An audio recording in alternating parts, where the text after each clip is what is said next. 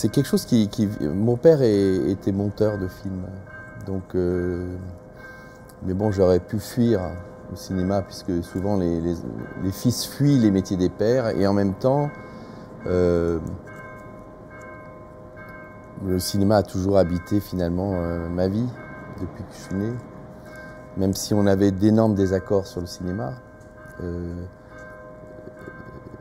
ce qui était beau, c'était de voir que c'était de la technique montée, les films. Ces machines, avant c'était des machines de pellicule, donc ça veut dire qu'on avance en recule, on avance en recule, on avance en recule. Vous pouvez pas imaginer ce que ça rend dingue quand on ne comprend pas. Parce qu'une salle la pellicule, c'était vraiment ça, pour trouver l'image. Aujourd'hui, bon, on peut faire des coupes au hasard, il n'y a pas l'idée de... Mais avec la pellicule physique, il fallait avancer, reculer, avancer, faire une marque, l'autre marque, et c'était vraiment puis couper. Puis quand vous coupez la pellicule, c'est pas que vous la blessez, mais c'est fait pour. Mais il faut être quand même très très précis pour pas avoir besoin de couper 10 fois pour arriver à trouver le raccord, vous voyez. Donc ça me rendait un peu dingue dans la salle de montage. Je faisais des cauchemars avec la pellicule sur les chutiers qui saignaient. Enfin, j'ai rêvé que les bacs, vous n'avez pas dû voir des chutiers films, vous n'avez jamais vu ça. C'est une salle de montage, il y avait la table de montage où travaille le monteur, son assistante qui range les chutes, parce que les bobines arrivent de Roche, et puis quand il y a 5 prises, 6 prises choisies au développement, tout n'est pas développé parce que ça coûte très cher. Et ranger les chutes, tous les bouts de pellicule sont rangés par boîte dans des boîtes avec des numéros de plans. Donc là, vous rentrez dans une salle de montage, vous voyez le film en construction. Vous voyez vous avez une vision concrète de ce que c'est qu'un film en train d'être monté. Ce qui, je pense peut-être que, enfin nous on travaille en Final Cut 10, peut-être que le logiciel Final Cut 10, j'ai l'impression d'avoir un peu la même chose, de pouvoir en ouvrant le matin l'ordinateur, de voir visuellement, d'avoir une vision du film en train de se faire. Avant c'était en rentrant dans la salle de montage, là c'est le logiciel. C'est très important. Mais là je vous parle du montage parce que c'est par quoi j'ai commencé le montage et évidemment la découverte au lycée Il y a la période un peu d'enfance où le cinéma c'était la peur, c'était pas une enfance cinéphile, c'est une enfance comme beaucoup de gens à cette époque où moi j'adorais les films qui faisaient peur, donc c'était surtout Hitchcock. Petit à petit c'est allé vers Fritz Lang, Nicolas Ray, et puis la découverte de la cinéphilie qui a été ma véritable université, école. On séchait les cours pour aller voir les derniers films de Pasolini. Et quand il sortait un film de Pasolini, il sortait dans une salle tous ses films en même temps, donc on pouvait voir tout. Et c'est là que j'ai appris beaucoup sur la vie et sur le monde, sur les gens et sur le cinéma. Donc c'était ça. Bon, ça paraissait évident que je voulais faire ça. Et évident que je voulais faire des films comme eux, comme Pasolini, comme Bergman, comme Godard, qui était très très important. Peut-être le cinéaste le plus important pour moi. Godard à cause de son rapport au montage sûrement, mais aussi de tout. La manière dont il travaille sur les questions politiques, sur les questions amoureuses, sur le cinéma, quoi, parce que c'est peut-être... Godard, quand on commence à parler de Godard, de toute manière, on peut parler de tout parce qu'il a reposé. Je pense que même sur l'assistance, que les paroles de Godard sont tellement concrètes sur le travail qu'il a cassé beaucoup de choses qui ne servent pas, je trouve. qui ne devrait plus vraiment servir. Enfin, il a cassé beaucoup de choses qui n'appartiennent qu'à l'industrie du cinéma et pas vraiment au travail des cinéastes. Parce que c'est là que c'est compliqué pour l'assistant. C'est quoi, pour qui travaille-t-il? Est-ce qu'il travaille pour le cinéaste ou pour le producteur? Et il y a beaucoup de conflits à cet endroit-là. Le livre d'Antoine Debec sur Godard est très intéressant parce qu'il raconte de manière assez belle un peu tout, de A à Z. Donc c'est bien de les lire parce que, comment dire, moi je crois que Godard, l'idée de la nouvelle vague, de filmer que les garçons filment leurs copines, c'est quand même un truc de base du cinéma et ça part de là. Et ça va jusqu'à aujourd'hui, à partir de ça, à travers toute cette trajectoire, peut-être Picasso, il y a quelque chose comme ça, mais de destruction, de reconstruction, destruction, reconstruction, il en arrive avec Adieu au langage, à inventer une 3D un peu comme les Frères Lumière. Découvrir le cinéma et quand j'ai vu Adieu au langage, j'avais l'impression d'être comme un enfant qui voyait du cinéma, un cinéma pour la première fois. J'avais jamais vu ça, jamais, et jamais entendu ça non plus, parce que le mixage est incroyable. Et ils sont trois. Il y a Godard, il y a Battaglia qui est son assistant, directeur de production, il fait beaucoup de choses. Et un troisième dont je ne me souviens pas du nom, mais ils sont quasiment que trois à faire le film. Ce qui est quand même incroyable. Et ce que permet la technologie numérique.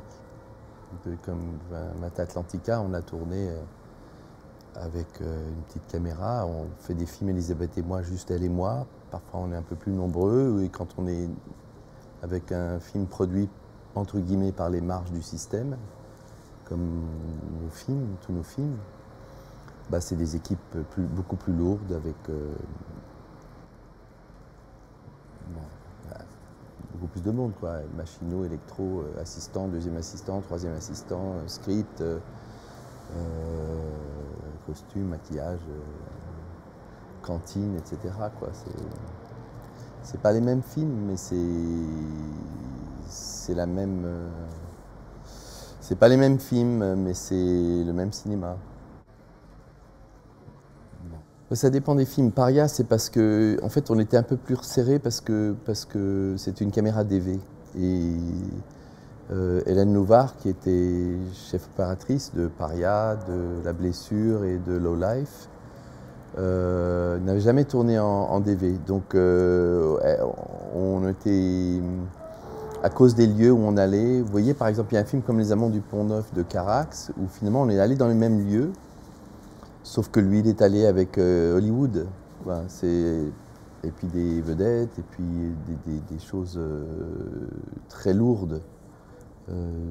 Construire un pont, enfin, c'est un truc qui coûte une fortune et on se demande bien à quoi ça sert, quoi. Non pas de faire un film comme ça, mais pourquoi faut-il que les choses coûtent aussi cher? C'est terrible, quoi. Donc on est parti un peu dans les mêmes lieux et on avait une petite équipe parce qu'on ne voulait pas perturber les gens avec qui on travaillait. Parce qu'on a beaucoup répété avec eux.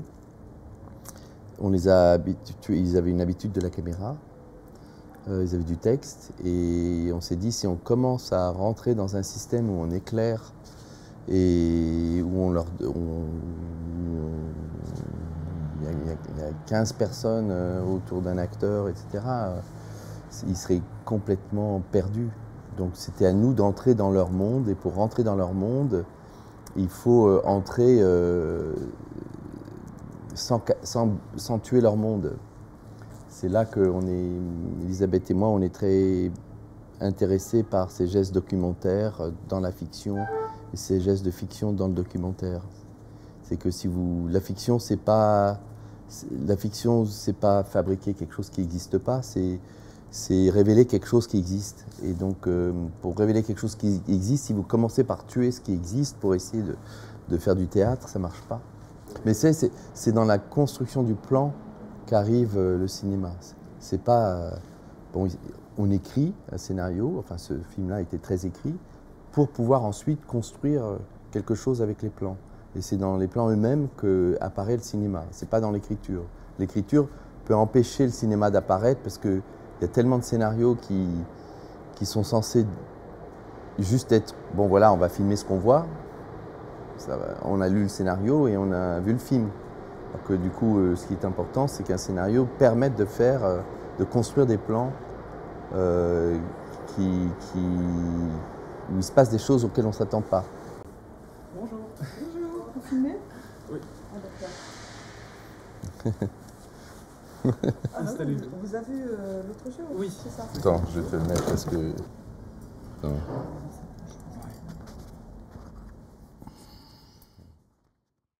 Vous savez, c'est un peu comme les musiciens. On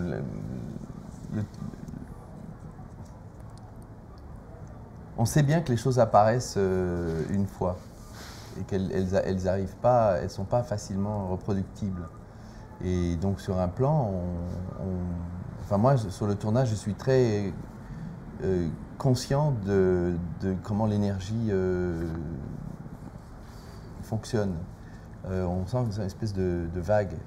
On met en place les choses, j'ai besoin de... Ça peut aller très vite, ça peut être immédiat, ça peut prendre un peu plus de temps pour mettre en place. Et une fois que les choses sont un peu claires, bah, il faut souffler sur les braises. Et il faut faire tout ce qui est possible pour que cette vague, qui va devenir un plan, commence à monter. Et à un moment donné, on sent qu'on arrive à l'endroit où ça va apparaître, quelque chose va apparaître et on sait que ça va apparaître une fois, peut-être qu'on aura deux fois ou après ça disparaît, quoi. Donc il y a ce mouvement-là à chaque fois. Je déteste faire 50 prises pour quelque chose. Ça veut dire que je ne sais absolument pas ce que c'est très physique, sentir ce moment-là. Et je ne sais pas ce que je fais. Je ne suis pas conscient de comment je suis avec les gens. Je sais juste que, comme quand vous photographiez quelqu'un, vous commencez par une photo, une deuxième, bien, et puis à un moment donné, quelque chose se passe, vous ouvrez un chemin, et vous appuyez, vous vous approchez, tout se passe, vous regardez comment la personne bouge, comment vous vous placez, et puis hop, le truc, à un moment donné, la photo est là, quoi. Mais c'est pas que... Alors l'assistant... ce qui est beau, c'est quand il me permet de me poser aucune question autre que ce qu'on est en train de faire. Et j'ai aussi la relation avec Elisabeth qui est extrêmement intense et qui va et vient avec moi dans le plan, quoi. Parce qu'elle parle aux acteurs autant que moi. Elle parle de... Donc, en fait, plus on est juste Elisabeth et moi et les acteurs et que tout suit, mieux c'est. Les discussions avec l'assistant, c'est évidemment beaucoup en préparation, notamment sur le plan de travail, parce que on est toujours, quoi qu'il arrive dans la situation où il y a, sur des films un peu produits, hein, où il n'y a pas assez d'argent pour tourner le scénario, qu'il manque toujours une semaine de tournage, et que la question des heures supplémentaires est tout de suite posée dans nos films à nous. Parce que tous nos films, on les a fait entre... Pour Paria, ça devait être 900 000 €. La question humaine, ça devait être 1,3 million. Le live, c'est 1,3 million. La blessure, ça doit être 1 million. Donc on est toujours... On est vraiment très en dessous de... Donc les heures supplémentaires, c'est une obligation. Mais il y a l'équilibre avec l'équipe qui, avec certains, ça se passe très bien, avec d'autres, c'est plus compliqué. Donc l'assistant, sur le plan de travail, c'est généralement le moment où, avec Elisabeth et l'assistant, on fait des coupes.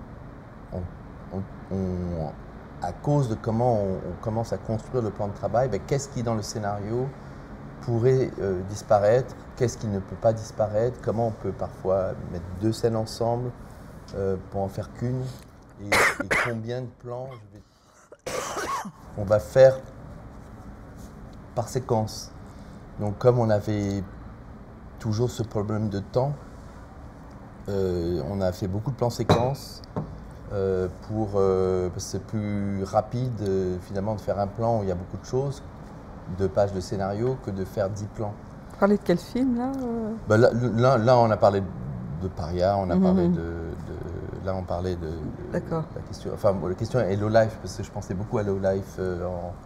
Mais là, dans ce que tu dis, la relation avec l'assistant, tu as une relation en général très forte avec l'assistant. Enfin, moi, je parle de ce que je vois et elle est fondamentale pour ton.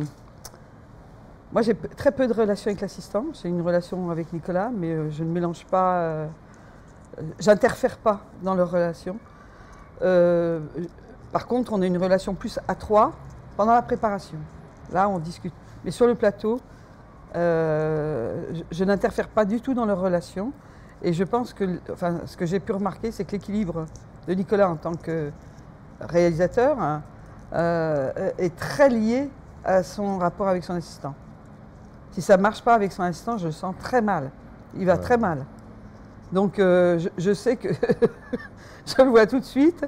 Et quand ça va bien avec son assistant, c'est un paradis, quoi. Donc là, il en parle de façon très rationnelle, etc. C'est pas rationnel du tout. Sa relation à son assistant, c'est une relation très forte, très forte. Il peut être totalement désespéré si ça se passe mal avec son assistant ou son assistante. Il est complètement pris à l'intérieur. Donc, tu ne vois pas comment tu es avec ton... Enfin, tout le monde le voit en tout cas. Même la chef-op, tout ça, tout le monde voit, ça ne va pas avec l'assistant. C'est quelqu'un qui doit avoir une relation avec l'ensemble des postes sur le plateau, qui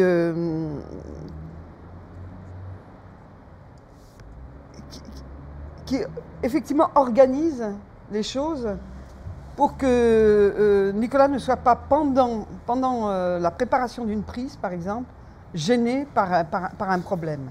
Si un problème surgit alors qu'il est en train de réfléchir où va être placée la caméra ou en train de diriger les acteurs et qu'il a un assistant qui vient et qui lui dit il y a tel problème, ça va mal dire, tout à coup ça déstabilise tout parce que ça perturbe sa concentration, ça perturbe sa relation très sensible avec les acteurs ou avec la chef-op. Et donc je pense que si la personne a été négligente à ces niveaux-là, je crois que ça va pas bien se passer. Si ça se passe une fois, il n'y a aucun problème. 2 fois, ça va. Mais au bout de la 3e fois, je crois que tu vas perdre confiance. Quoi. Puis tu as vraiment besoin, c'est un pilier. Quoi. Je suis un pilier sur le plateau avec Nicolas. Un pilier, pas qui ne bouge pas, hein, mais un pilier dans le sens où je soutiens quelque chose avec lui. On porte quelque chose, et l'assistant en est un. La première chose, c'est que je sais que il y a des communications, il y a des choses qu'on se dit avec l'assistant par la parole, et ça c'est un registre, et il y a des choses que l'assistant doit voir par lui-même ou elle-même. Et quand je vois que l'assistant ne comprend pas ce qu'on est en train de faire, ou ne s'y intéresse pas, c'est très très pénible parce que moi si je prends des risques, c'est pour un résultat, c'est pas parce que je sais pas ce que je fais, c'est que je prends des risques sur le temps par exemple, parce que je sais qu'il faut encore du temps. Et en gros les questions les plus sensibles avec l'assistant, c'est le temps. Ici par exemple, elle me fait ça. Oui, ça l'énerve. C'est pas possible. Et si elle fait ça une 3e fois, là, ça va très mal se passer. Une fois sur la Nuit Bengali, qui est un film où on a tourné à Calcutta, je me souviens, il y a un plan, une des raisons pour laquelle je voulais faire ce film, c'est que j'aimais beaucoup Satyajit Ray, et je voulais filmer les pieds d'une jeune fille, voilà, marchant, je voulais filmer ses pieds avec parce qu'en Inde, c'est très sensuel. Et on a fait une scène, etc. Et à la fin, j'ai dit, bon, maintenant, on va faire le travelling sur ses pieds. Et mon assistant me dit, tu crois que tu as besoin de ce plan? Et je dis, bah, écoute, va dehors, tire-toi, tu reviendras quand il est fini, quoi. Bon, c'est ce genre de choses c'est un plan, c'est une petite guerre, parce que pour que ça marche, c'est des guerres, il faut obtenir quelque chose. C'est vraiment, on sait qu'il y a un effort à chaque fois pour que ça soit bien. Mais c'est aussi l'assistant, c'est quand même les seules personnes que tu as virées du tournage. Oui, sous Paria, alors ça c'est par exemple... moi j'étais très calme jusqu'ici, très calme, très gentil. Dans les trucs. Voilà, il faut quand même dire assistant et directeur de production qui étaient proches, parce que sur Paria, parce qu'on avait... pas seulement sur Paria. On avait répété, on avait rencontré deux jeunes SDF, qui étaient extrêmement fascinants, avec lesquels on avait beaucoup répété, et le jour du tournage, ils ne sont pas là. Et on est très emmerdés parce que c'était une scène avec eux, et ils n'arrivent pas, et du coup on est obligé de tourner autre chose, et l'assistant il me dit mais qu'est-ce que tu veux, c'est pas des mecs normaux. Et je lui dis, eh ben, écoute, moi justement ce film c'est pour montrer que c'est les gens normaux, donc t'as rien à faire sur le tournage, il vaut mieux partir parce que moi on va pas pouvoir travailler si tu considères que c'est des gens pas normaux. Et comme il était très proche du directeur de production, le directeur de production a démissionné quand j'ai viré l'assistant, mais il n'y avait rien à faire, c'était pas possible, parce que ce type de rapport, si on considère qu'il y a une ligne où il y a les gens du cinéma d'un côté et les gens de la rue qu'on était en filmé de l'autre, si on n'entre pas dans leur monde, c'est pas possible.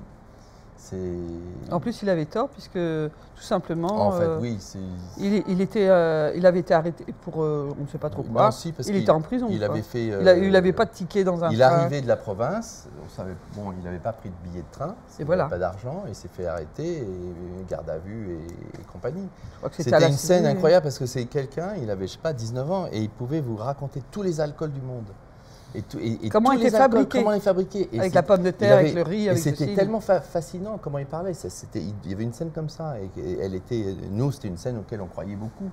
Et donc, du coup, cette scène n'est pas dans le film parce qu'ils ont été arrêtés. Et l'autre me dit, qu'est-ce que tu veux, c'est pas des gens normaux. Alors, je dis à ce moment-là, ben, pourquoi le directeur de production et le régisseur ne se sont pas informés 3 jours avant où vous êtes. Donc, pour moi, c'était une faute professionnelle grave, parce qu'on a perdu du temps et qu'il faut suivre.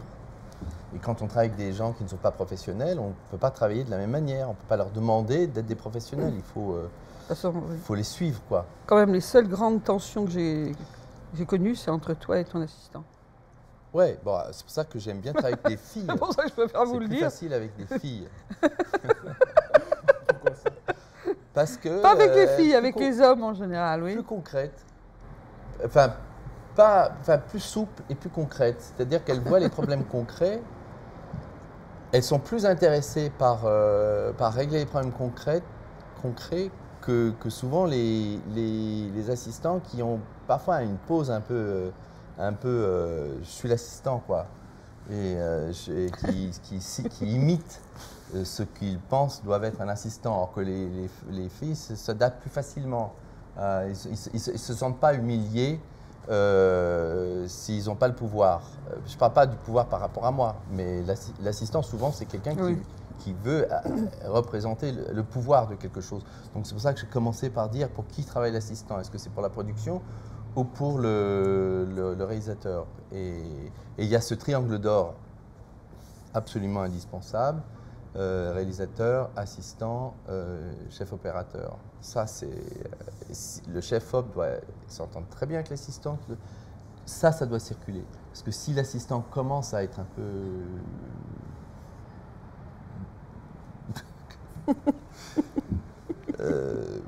négligent, c'est et le travail du chef op et le mien qui en prend. Parce qu'il faut bien anticiper les problèmes. Je t'ai réveillé là, j'ai l'impression d'arriver. Souvent, le chef-op, Hélène Louvard par exemple, anticipe beaucoup tous les problèmes d'une journée ou d'un film. Et souvent, elle alerte elle-même l'assistant sur des choses sur lesquelles il faut anticiper. Ou elle me dit à moi de bien voir avec l'assistant sur ceci et cela. Et donc, ça circule beaucoup. Le chef-op, ce n'est pas quelqu'un, pour moi, qui est bloqué dans sa lumière. C'est quelqu'un qui est au service d'un travail en train de se faire et donc il sait que sa lumière dépend aussi de comment l'assistant va gérer les problèmes de dépassement. Enfin, un assistant, c'est aussi un petit voyou qui doit trouver des solutions miracles à des moments où personne ne pense qu'on va en trouver. Il faut qu'il sache. C'est quelqu'un de très. Moi, je préfère parler à moins de personnes, donc l'assistant, script. Évidemment, Elisabeth, c'est constant, mais c'est à un certain niveau, Elisabeth et moi. Mais sur le concret du tournage, c'est beaucoup l'assistant, script, chef-op. C'est clair qu'un assistant ne peut pas être assistant de 2 réalisateurs sur un plateau. C'est impossible. Oui, non, c'est une perte il de est temps. vraiment l'assistant, il est l'assistant d'une personne. Même si sur le plateau on se considère à égalité, d'une certaine manière. Peut-être le seul moment, parce que moi j'ai une relation assez proche avec les acteurs. Très souvent je les ai fait travailler avant le tournage, peut-être 2 mois, 3 mois, même pour certains films 6 mois. Parce que ce ne sont pas des acteurs professionnels, donc je les ai beaucoup rencontrés, donc je les connais, je connais leur caractère. Et ça, je peux faire une relation avec l'assistant à ce moment-là sur les caractères des acteurs qui ne sont pas professionnels et qui sont des gens particuliers, qui ont des fortes personnalités, et faire attention à ceci, attention à cela. Il y avait par exemple sur la blessure des Africains qui n'aimaient pas comment l'assistant s'adressait à eux, parce qu'il avait l'impression que l'assistant s'adressait à eux comme s'ils étaient des débiles mentaux, ou comme s'ils ne savaient pas parler bien le français. Tu te souviens, il y en avait. Il est venu le voir, il a dit « Tu sais, il faut que tu mettes ton t-shirt pour aller sur le plateau. » Une façon de lui parler, presque petit nègre. Et l'autre, il dit « Je ne suis pas ton petit nègre. » Et c'est un jeune homme de 18 ans. Il a dit « Oui, j'ai la peau noire, mais je ne supporte pas comment tu me parles. Je ne veux même plus que tu viennes me demander quoi que ce soit. » Donc, ça, ces choses-là, après cette expérience-là, j'ai su qu'entre les acteurs et l'assistant, il faut que je parle avec lui en disant « Là, fais attention à ci. » Voilà. Sinon, sur le plateau, non, je ne parle jamais avec l'assistant. Mais c'est quand même... je sais que je tremble toujours quand il va me présenter l'assistant, parce que je me dis, j'espère... Tu sais tout de suite, d'ailleurs, si ça va bien se passer ou pas. Je vais dire, tout de suite, je dis, oh là là. Je crois qu'il y a les traumatismes de certains films où ça se termine, les 3 dernières semaines, on ne se parle plus, c'est arrivé, et c'est vraiment pas drôle, quoi. Et c'est vrai que l'équipe s'est féminisée beaucoup au fur et à mesure de... Oui, tout simplement, il a une relation passionnelle avec son assistant, hein. Ça c'est évident. Et que c'est plus facile, oui. Ah oui, tu as une relation passionnelle avec ton assistant. Moi, je trouve que l'assistant, j'adorerais avoir... par exemple, sur Mata Atlantica, comme il y avait pas d'argent, que le tournage s'est fait de manière très comme ça. Gregorio avait son directeur de production, son chef-op, un ingénieur du son qui n'était pas le leur, mais puis une sorte de personnage au début qui m'intimidait beaucoup. Il avait les cheveux longs jusque-là, on dirait un viking, et une lunette noire. Très jeune. Très jeune, qui parlait très peu.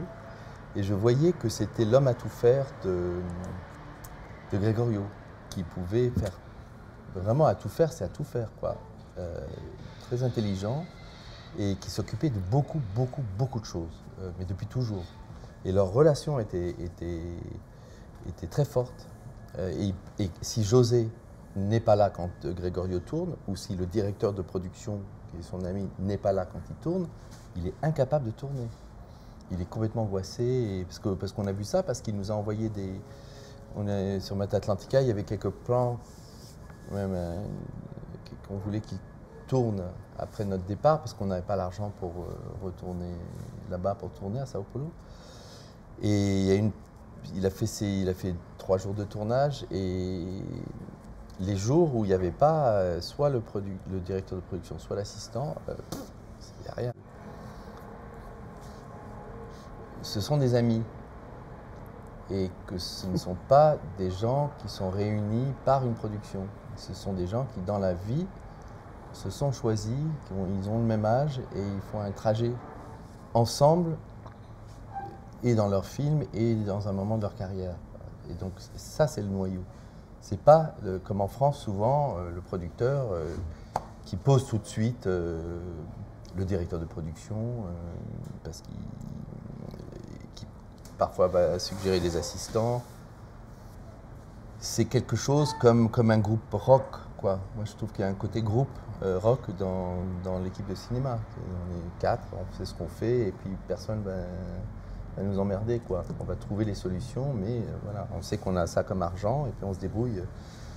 Je vais finir, juste. Parce que, et le souci qu'il peut y avoir en France aujourd'hui, c'est qu'avec les conventions collectives ultra compliquées, tout est fait pour tellement professionnaliser le métier que ça implique un certain type de mentalité, de travail, etc., qui n'a rien à voir avec, au fond, le cinéma qu'on aurait envie de défendre.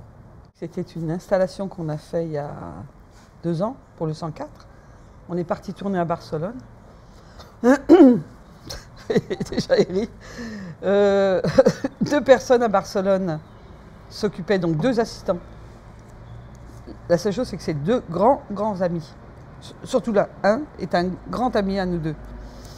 Préparaient notre venue avec un certain nombre de demandes qu'on leur faisait, que ce soit du casting, que ce soit des lieux, que ce soit des choses particulières comme un chien, etc., dont on avait besoin. Et on est arrivé là-bas, ils avaient fait vraiment un très beau travail. Mais dès les premières heures où on est parti avec eux en repérage, je ne sais plus quoi, ça a tout de suite été entre Nicolas et cet grand ami. Là, vraiment terrible, la violence. Cet ami, donc, Nicolas le considérait, je ne sais pas, plus comme un ami, pas comme un assistant. Il faisait tout très mal. Il n'arrêtait pas de dire qu'il était complètement con. En plus, on vivait avec chez lui. C'était une violence totale. Et moi, j'étais très amie avec lui. Je l'aime beaucoup.